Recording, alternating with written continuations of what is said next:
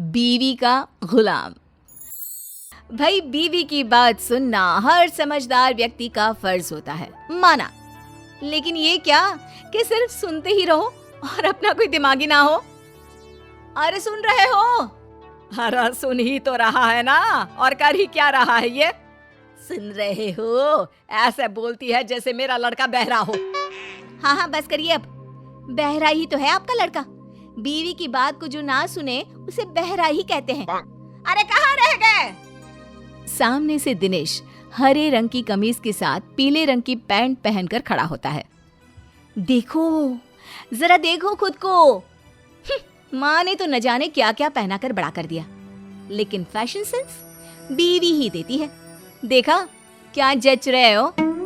तभी पास खड़ी बहन आ जाती है। बस एक कमी है भैया, गले में नीले रंग का रुमाल बांध लो, फिर तो पूरा रंगारंग कार्यक्रम लगोगी।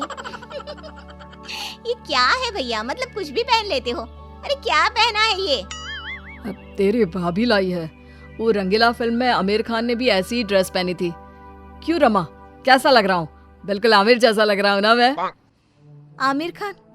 वो तो आपके सामने कुछ नहीं लगता है जी। कैसी बात कर रहे हैं आप? तो सभी हीरो से ऊपर हैं।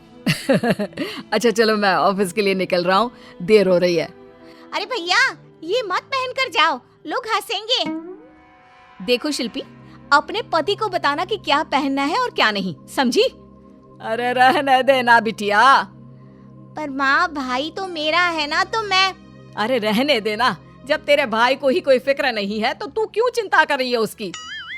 दिनेश दफ्तर जाता है, जहाँ रास्ते से लेकर ऑफिस तक सब उसे घूरते हैं और मन ही मन हंसते हैं।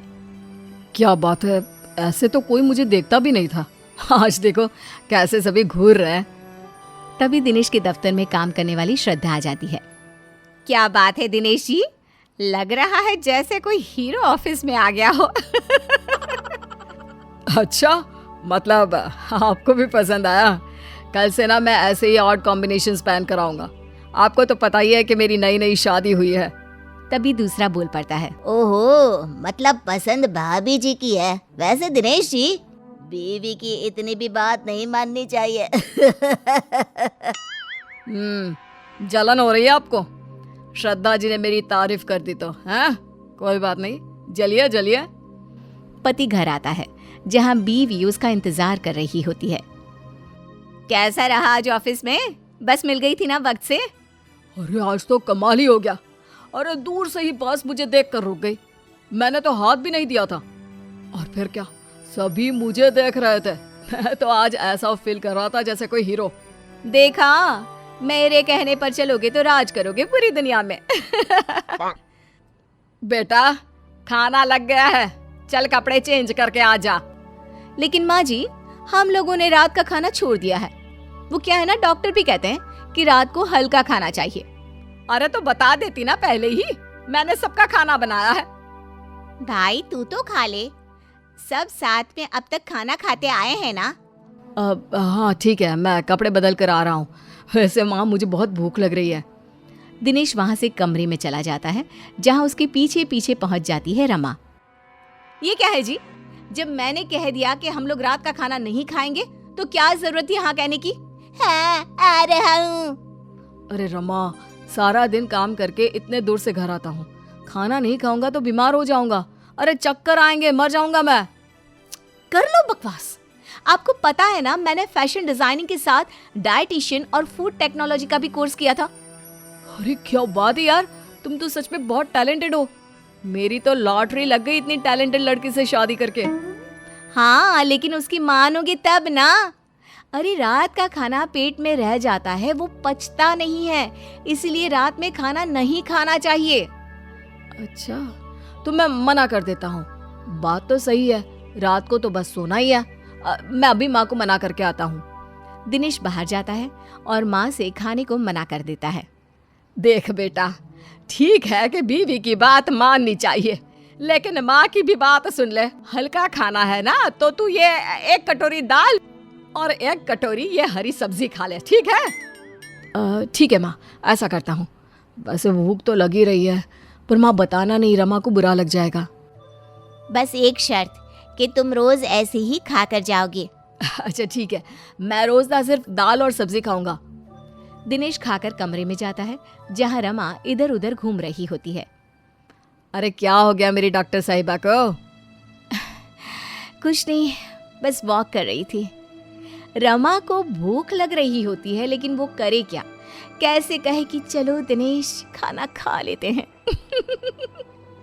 वहीं दिनेश मन ही मन माँ और बहन का शुक्रिया अदा करता है। दोनों सो जाते हैं लेकिन आधी रात को। हाय क्या करूं, भूख के मारे नींद ही नहीं आ रही।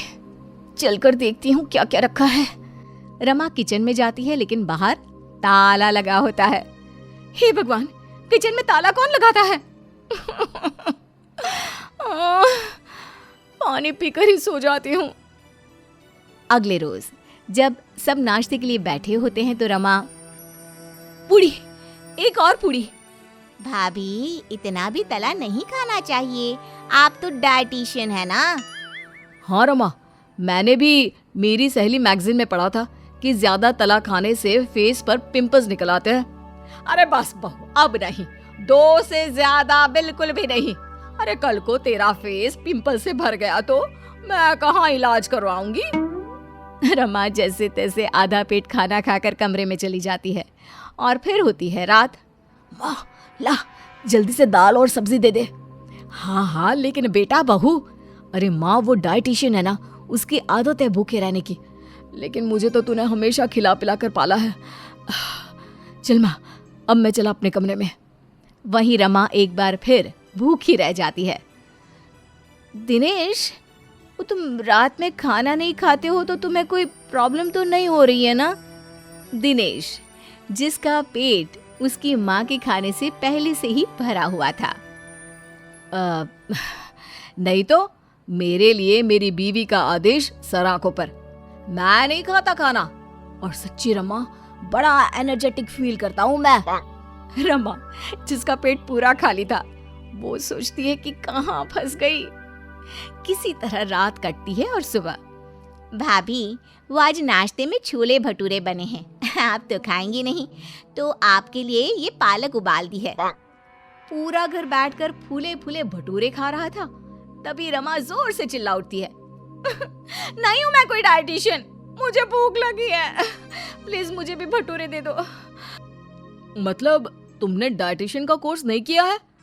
नहीं, वो तो मैं बस तुम्हें इम्प्रेस करने के लिए। मुझे भूख लगी है। देख रमा, आज से ना अब ज्यादा होशियार बनना नहीं, समझी? माना बहू है तू, लेकिन वो मेरा बेटा है, तो आज से तू बहू बनकर रहना।